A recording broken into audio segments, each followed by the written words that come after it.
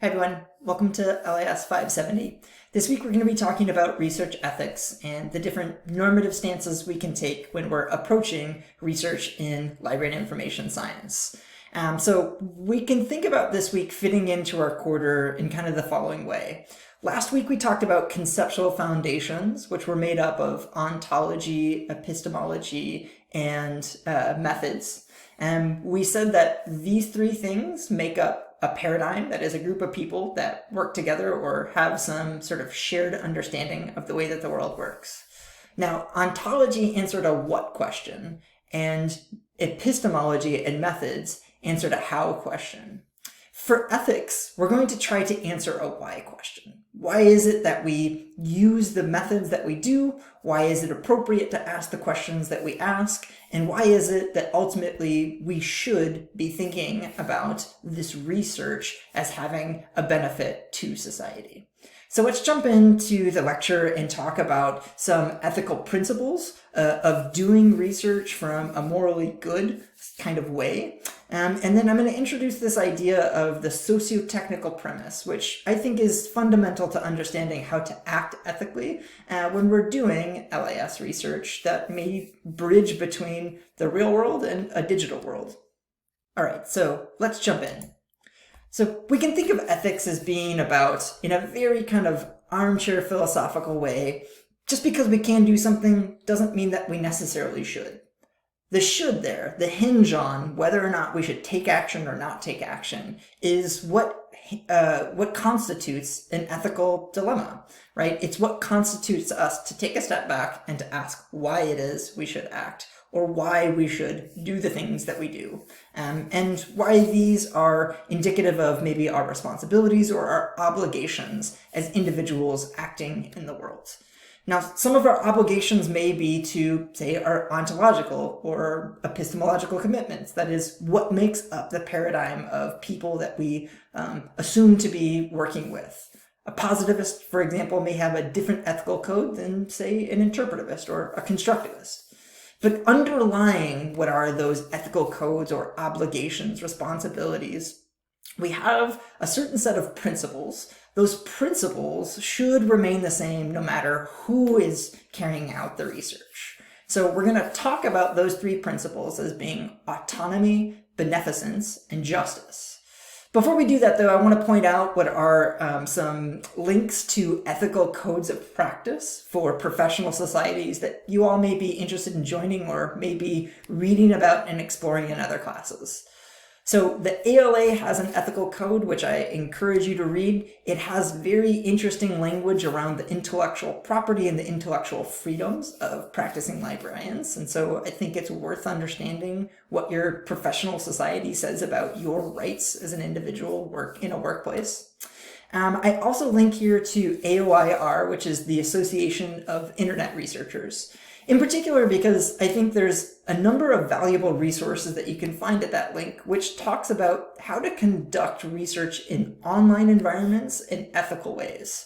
So concepts like web scraping or concepts like observation of people's chats and people's tweets in quasi-public spaces. Those all have dicey, kind of murky ways in which we can think about ethically analyzing those interactions as data for our research. And I think AOIR in particular does a really nice job of providing resources in which you can gain some clarity on those types of thorny issues.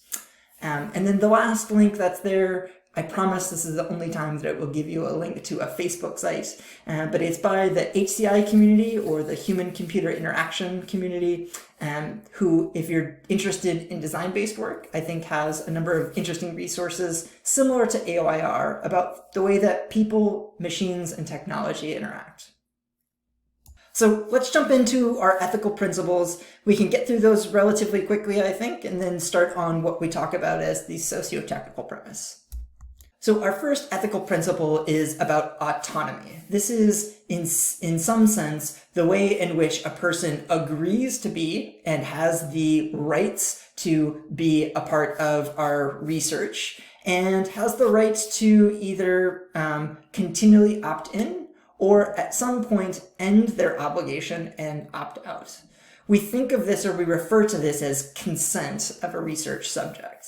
And consent, like many other spheres in our life, isn't a one-time thing, right? It's consistently negotiated between two or more subjects. In research, consent is oftentimes called informed. That is, informed consent is that upfront we tell the participants what we're doing, why we're doing it, and ultimately what their interaction with us is going to yield in terms of knowledge to the world. And we do that in very explicit ways that are earnest about what our intentions are. So that informed consent happens at the beginning of any of our interactions, such as an interview or when someone starts to take a survey, but is also injected and reminded throughout the process of interactions. So if you're doing an interview, for example, you may stop halfway through and say, the line of questioning that we're going to talk about next has to deal with topics X, Y, and Z. Are you still comfortable participating? Now, as we'll talk about in a couple of slides, I think autonomy is a really complicated ethical principle when we're doing work that bridges between real spaces in which there's a one-to-one interaction and online spaces in which there can be multiple forms of interaction, some of which may be clear in terms of what the consent is, but some of which might not. All right. Our second ethical principle then is about beneficence. And we can think of beneficence as about the research that we ultimately design and put out into the world should have some cost-benefit analysis in which the benefits ultimately outweigh the costs. That is, we should be doing research that does good in the world because that's the moral or the right thing to do. But ethically, we have some obligation that if we take people's time or we take people's energy, all of that equates to some expenditure on their behalf. So the way in which ultimately I think about beneficence is that we should have some benefit, and that benefit should be dramatically higher than the cost of doing the research. But I do think that beneficence is quite closely linked with justice, which is our third principle. So justice is in a sense that we're avoiding any abuse or exploitation of our participants. So if informed consent or autonomy was about the ability to participate in, justice is about our ability to protect and to create safe environments in which we're doing work that has an ultimate benefit, but doing work that has an equal share in fairness in the outcomes. So I think these three ethical principles, when we operate from these standpoints, give us a really good starting point of understanding how and why it is we can design research and we can execute that research with the best of intentions for our human subjects. When we act with respect for their autonomy, when we design work that has a beneficial component which outweighs the cost of doing the research, and when we take lengths to avoid exposing our subjects to any sort of harm, that is, we respect their justice, then we can assume that there's a baseline competence that we're meeting in acting ethically. So if you indulge me for just a couple of minutes, these rather abstract ideas, I promise, will take on some more resonance and some more meaning when we look at some particular examples. But I think of ethics in library and information science as having this socio-technical component. And so what I mean by socio-technical, it's a term you'll probably hear people in the information school use quite a bit, is made up of three components. So a socio-technical system or a socio-technical perspective has at its core a mutual constitution of people and technologies. So by mutual constitution here, we mean that it's impossible to divorce the two, right? We can't say that machines do X and people do Y. People ultimately design machines. Machines ultimately act on behalf of people. So when we have, for example, a web search engine, and that search engine returns us racist results, that's a socio-technical example of mutual constitution. It's both the people that programmed that machine, that search engine, and it's the search engine's return of those results to us, right? It reflects the racism and the biases that exist in society. Okay, so if there's this mutual constitution, that it's both people and both technologies at the same time, then the second premise or the second idea of the socio-technical is that it's impossible to divorce those two things from the economic, political, and ecological or environmental context in which they exist. So let's go back to our example of the search engine. A search engine ultimately is run by a set of servers. Those servers are powered by an environmental cost of the energy that runs them. So if we take a socio-technical perspective on trying to interrogate and understand something as complex as maybe cloud computing, we can't just stop with the way that machines and people interact, right? We have to go to those financial or political consequences. We have to go to those environmental consequences of the way that things operate. All right, and the third part of the socio-technical perspective that's important is that it's a function of collective work or collective action. And by collective action here, what we mean is that just that we can't divorce machines and people, we can't take them out of their context, we can't say that it's individually any of these kind of combinations. It's the total combination of all of those things. So the socio-technical premise really is about trying to understand in a kind of bigger, more systems thinking perspective of the way in which people and technologies interact in particular environments, and those particular environments can't be divorced from, say, any one person or any one group of people. All right, so this is going to seem rather abstract, and you're probably like, all right, that's rather obvious, pal, but like, what does this have to do with ethics, and what does it have to do with research?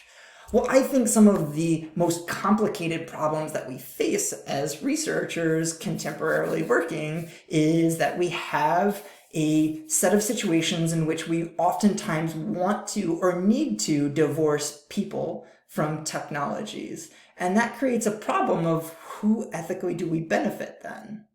Do we benefit machines or do we benefit people? How do we make trade-offs between the environment and politics or economics? Those kinds of questions become much more resonant when we take, I think, a socio-technical premise. So let's look at a couple of examples and maybe put some meat on the kind of framework or the bones that I've laid out for us so far. So this is a study that I think is a really important precursor to a lot of web-based research that really raised a lot of red flags for people that were working in LIS and social computing at the time. So the general premise of this paper was that the researchers were working at Facebook and they were recording what they called self-censorship events. So this is when someone at the time was writing in their timeline and wouldn't publish what they had written, but actually erased and then never published what they had typed out as a draft.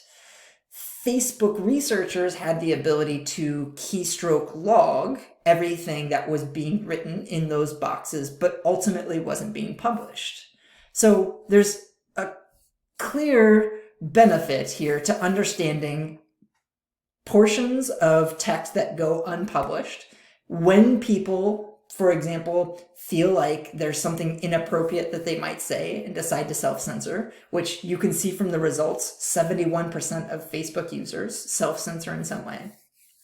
But does that benefit of understanding, say, when people self-censor or around what topics they self-censor outweigh what is the privacy harms of we don't even have to give our information to Facebook in terms of publishing content? When we just start to think or start to operate on that platform, we have our data taken from us. I would argue that there's not a lot of respect for the justice of individuals because there's harm that can be done.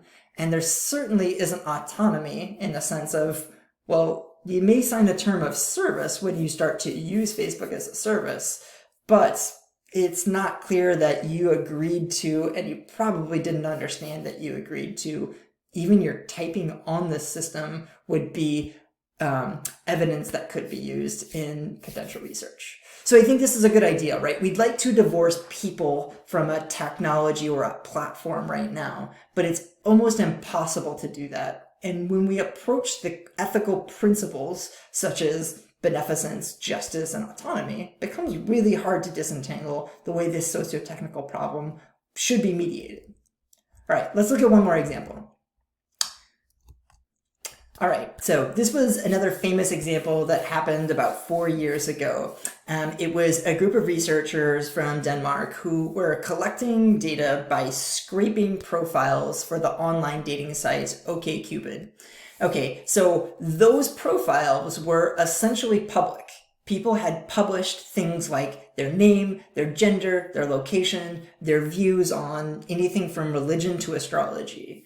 And they had made that public in order to feasibly find a mate, signal to one another about certain issues. But the two researchers that conducted this work felt like this was public enough that they could scrape it and start to build inferences from this. Inferences meaning that they were going to say, statistically, who is, maybe if you have a gender identity and a location, the most coveted or sought after gender in a particular area.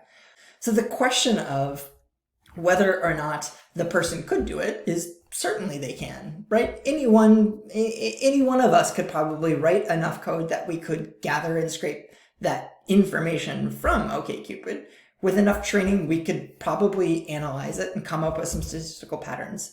But should we do that is a completely different question, right? So ethically, should we be doing this? We can approach this through our three principles. So is there justice in that we're not doing harm to individuals? We'd say probably no, right? We're exposing all kinds of things about people by potentially putting the information that they've published on the web into a structured format which allows for, say, statistical identification.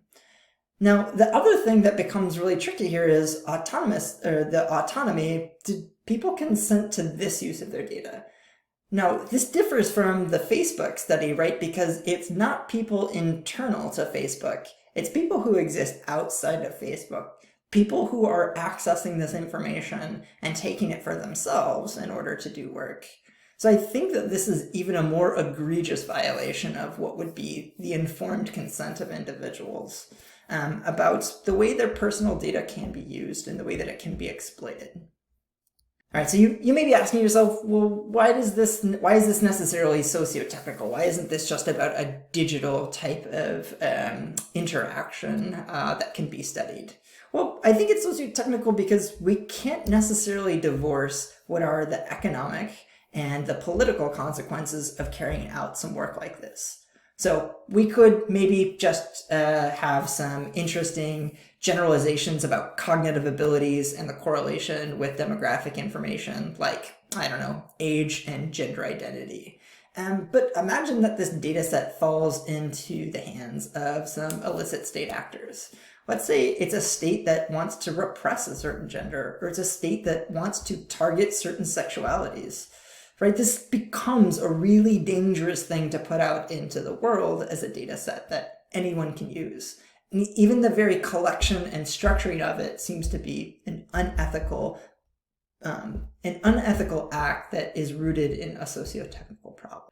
Okay, so I'm going to try to wrap up what is already a long lecture on ethics, but want to sum up some things in our final thoughts here. One thing that I would like to recommend or just try to reinforce here is that institutional review boards, as you'll hear about in the other lecture, are really a mechanism for reducing risk to a particular place that you work or a particular identity that you have with an institution. They are not the arbiters of right and wrong, of moral and ethical action writ large. That is very much up to you and up to the research paradigm that you align yourself with. And so part of what we'll be doing throughout the quarter is figuring out, engaging what those ethical actions look like and what they feel like in terms of designing and asking research questions. The other thing that I would make sure to emphasize is that you have a firm understanding on things like autonomy, beneficence, and justice, and the way that these principles operate in everyday research. What they feel and what they think and the reflection that they give to you in terms of how they want to be respected, how they want to have benefit from your work, and the justice that they feel is ultimately done on their behalf is really what can be the guide that we depend on. So it's not an easy answer, but it's one in which, just like informed consent, we negotiate and we figure out over time as we operate through and with our research participants. All right, if you have any questions, feel free to get in touch. Thanks for watching thus far.